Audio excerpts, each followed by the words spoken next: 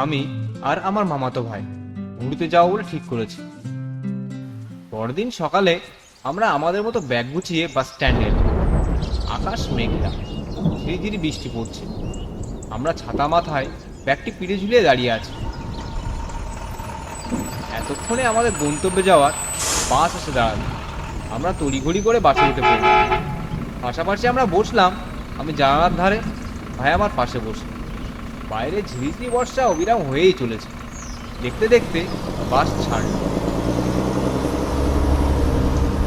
বাবা, কতদিন পরে ঘুরতে বেরিয়েছি, ভেবেই মনটা যেন আনন্দে আত্মহারা হয়ে উঠেছে।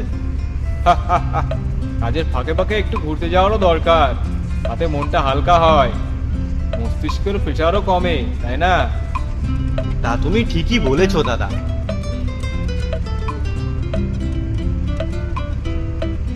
কোথায় যাবেন? মতিঝিল দুটো। 40 টাকা। এই বলে দুটো টিকিট দিলেন আমার হাতে। দাদা, মতিঝিল আসলে আমাকে একটু বলবেন, এই প্রথমবার যাচ্ছি তো। আপনারা নিশ্চিন্তে বসুন, আমি আপনাদের ডেকে নেব। বাসটি তার নিজস্ব গতিতে এগোতে থাকবে। দূর গড়িয়ে বিকেল হয়ে গেল। আকাশ মেঘলা থাকার জন্য বিকেলকে বিকেল বলে মনে হয় না। মনে হলো এই রাত হলো বুঝি। এমন সময় কন্ডাক্টর হাঁক জুড়লেন, মতিঝিল বেরিয়ে আসুন, মতিঝিল। বাস এসে দাঁড়ালো। আমরা বাস থেকে নেমে পড়লাম। চারিদিকে রাস্তার পোস্টারে পোস্টারে টিমটিম করে আলো জ্বলছে। এখানে অবশ্য বৃষ্টি পড়ছে না, তবে অন্ধকার নেমে আসছে। নিঝুম জনশূন্য রাস্তা। কয়েকটা দোকানপাট খোলা আছে বটে, কিন্তু কোনো দোকানে কোনো কাস্টমার নেই। এই আবহাওয়ার কারণে কিবা বের হবে এই সময়। আমরা নিচক বেরিয়ে পড়েছি, কাজে ছুটি আছে বলে।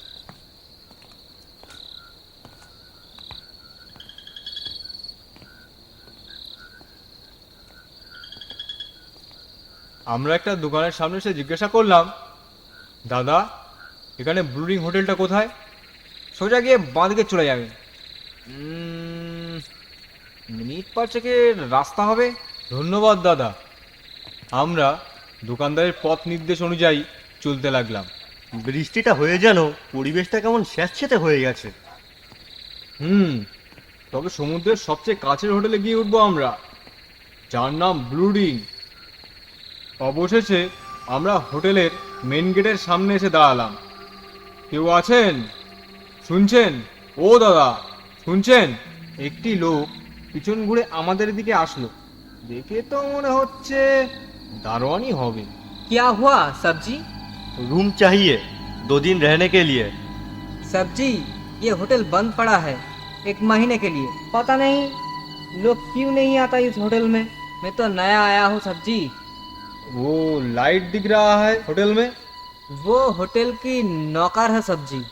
আমার মনে বিড়ম্বনার সৃষ্টি হলো। এত বড় হোটেলে কেউ থাকে না। কি ভাবছো দাদা? কি করা যায় তাই ভাবছি। এই সময় তো নতুন করে হোটেল খোঁজা সম্ভব নয়। गेट खोलिए, अंदर जगह देखता हूँ क्या बात है। দারোয়ান গেটটি খুলে দিল। আমরা গেটের ভিতর প্রবেশ করলাম। হোটেলটি ছিল দোতলা।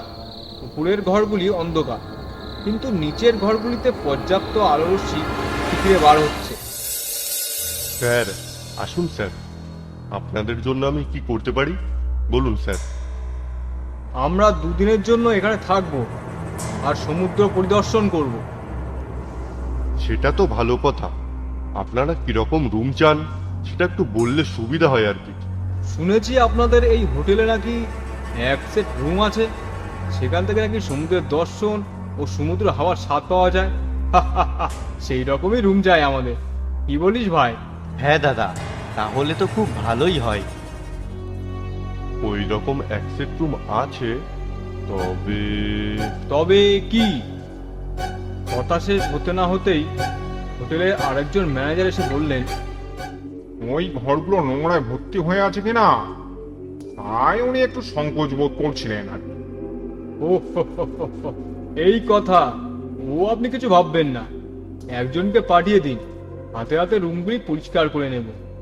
ঠিকই বলেছো দাদা, কিন্তু ওই রুমই চাই। ম্যানেজার তখন একজন চাকরকে ডাকল। রামু, এই রামু, বাবুদের ঘরগুলি দেখিয়ে দে।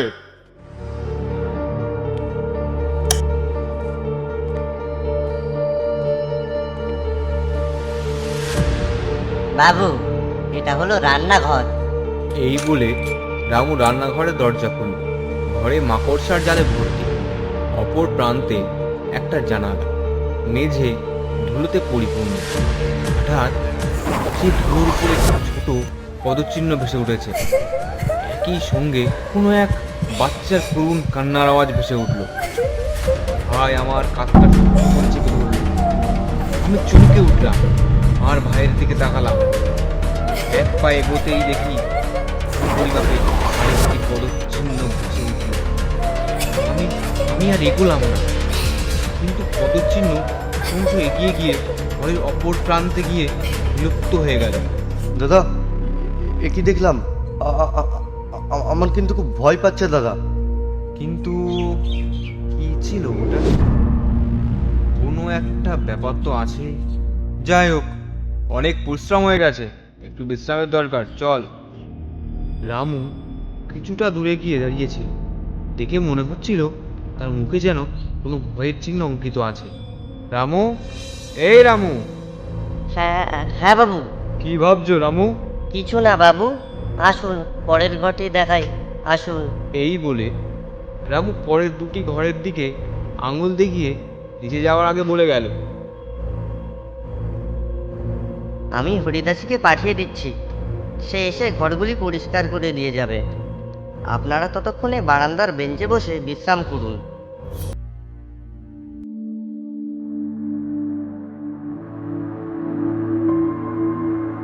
হরিদাসী এসে প্রতিটা ঘর পরিষ্কার পরিচ্ছন্ন করে দিল। ঘর পরিষ্কার করতে গিয়ে নোংরায় তার সমস্ত শরীর ও তার চোখ মুখ কালি কালি হয়ে গেছে। দেখে কি ভয়ঙ্কর চেহারা হয়েছে তার। এবং যাওয়ার সময় যে আলোক বিস্ফোরিত চোখে আমাদের দিকে তাকিয়ে চলে গেল। আমরা দ্বিতীয় ঘর খুললাম। দরজা খোলা মাত্রই দেখতে পেলাম অন্ধকারের মধ্যে ঘরের সোফায় এক কালো মূর্তি বসে আছে। পাশের বোর্ডের লাইটের সুইচ দিতেই দেখি সেখানে কেউ নেই। তবে কি মনের ভ্রম ছিল আমার? আমরা দুজনে ঘরে ঢুকে সোফায় গিয়ে বসলাম। দেওয়ালের ঘড়িটার দিকে তাকিয়ে দেখলাম রাত প্রায় 10টা বাজে। এখন তো আর রান্না করা সম্ভব নয়। আমি অনলাইনে খাবার অর্ডার করে দিলাম। আসবো স্যার? হ্যাঁ, আসুন। ডেলিভারি বয় খাবার দিয়ে চলে গেল। আমরা খাওয়া দাওয়া সেরে আমি ভাইকে বললাম, ভাই তুই পাশের ঘরে গিয়ে শুয়ে পড়, এখানে তো একটাই বেড। ঠিক আছে দাদা। কোনো অসুবিধা হলে জানাস কিন্তু। মাথা নেড়ে ভাই পাশের ঘরে চলে গেল। আমি লাইটটা নিভিয়ে টেবিল লাইটটা জ্বেলে দিলাম। ঘুমানোর আগে সেটিও নিভিয়ে দিলাম। সবে তন্দ্রা এসেছে। সেই মুহূর্তেই টেবিলের উপর থেকে কাঁচের গ্লাসটা পড়ে ভেঙে গেল। তৎক্ষণাৎ আলোটা জ্বালালাম, কিন্তু কোথায় কোথায় কাঁচের গ্লাস ভেঙেছে? সেটি তো টেবিলের উপর যথাস্থানে ঠিকই আছে। আমি আবার আলোটা নিভিয়ে শুয়ে পড়লাম। কিছুক্ষণ পরে ঘড়িতে রাত 12টার ঘন্টা বেজে উঠল। হঠাৎ দেখি অন্ধকারের মধ্যে কালো মূর্তি এই দেখে আমার পাগল হয়ে গেছে। ঘরের ভিতর দিয়ে একটি অস্বস্তিকর পরিবেশের সৃষ্টি হয়েছে। একটি সময় পরে একটি মহিলার চিৎকার, একই সঙ্গে একটি পুরুষ কণ্ঠের ক্লান্তিকর বিস্মিত গলার আওয়াজ। আমি খুব কষ্ট করে বলার চেষ্টা করলাম, কে কে? সেই বিদ্যুৎ গতিতে এসে আমার গলা চেপে ধরলো। তার সঙ্গে আমি গোলামি করতে থাকলাম। সেই ছায়ামূর্তি আমার মাথায় এদিক ওদিক ঘোরানোর চেষ্টা করে। সে আমার গলাটা চেপে ধরলো। ভাইকে ডাকার চেষ্টা করলাম, কিন্তু গলা দিয়ে কোনো আওয়াজ বার হলো না। আমার সারা শরীর শান্ত হয়ে যাচ্ছে।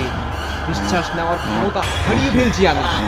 এমন সময় পরিত্রাক্ষের আজান শুরু হলো। সেই মুহূর্তেই কালো ছায়া মূর্তিটা আমাকে ছেড়ে দিয়ে কোথায় যেন মিলিয়ে গেল। নিজের অজান্তে ভাই, আমি ভাই বলে চিৎকার করে উঠলাম। ভাই দ্রুত আমার ঘরে এসে উপস্থিত হলো। ব্লুরিং ট্রেলটা একদম চালুক্ত হয়ে গেল। আমাকে ক্ষমা করবেন বাবু, আমি আপনাকে বলার চেষ্টা করেছিলাম, কিন্তু আমি খুবই দুঃখিত স্যার। আচ্ছা ঠিক আছে, কিন্তু এসব কি হলো আমার সাথে ম্যানেজার? 1 মাস আগের কথা, এখানে এক পরিবার এসেছিলেন। তারা ওই ঘরে উঠেছিলেন। একদিন কিচেনে আগুন ধরে গিয়ে তাদের বাচ্চাটি মারা যায়, কিন্তু বাচ্চাটির বাবা তার মাকে হত্যা করে এবং সেও সাথে মারা যান। তারপর থেকে এইরকম হতে থাকে। সেই জন্যেই আমাদের হোটেলে কেউ আসে না। আমি আর ভাই সেই সময় বাড়ির পথে রওনা দিলাম, এক রাত্রির বিশাল অভিজ্ঞতা নিয়ে। গল্পটি ভালো লাগলে লাইক এবং চ্যানেলটিকে সাবস্ক্রাইব করুন। এছাড়া কেউ যদি গল্প পাঠাতে চান তাহলে ডিসক্রিপশানে দেওয়া ইমেলে মেল করে দেবেন। ধন্যবাদ।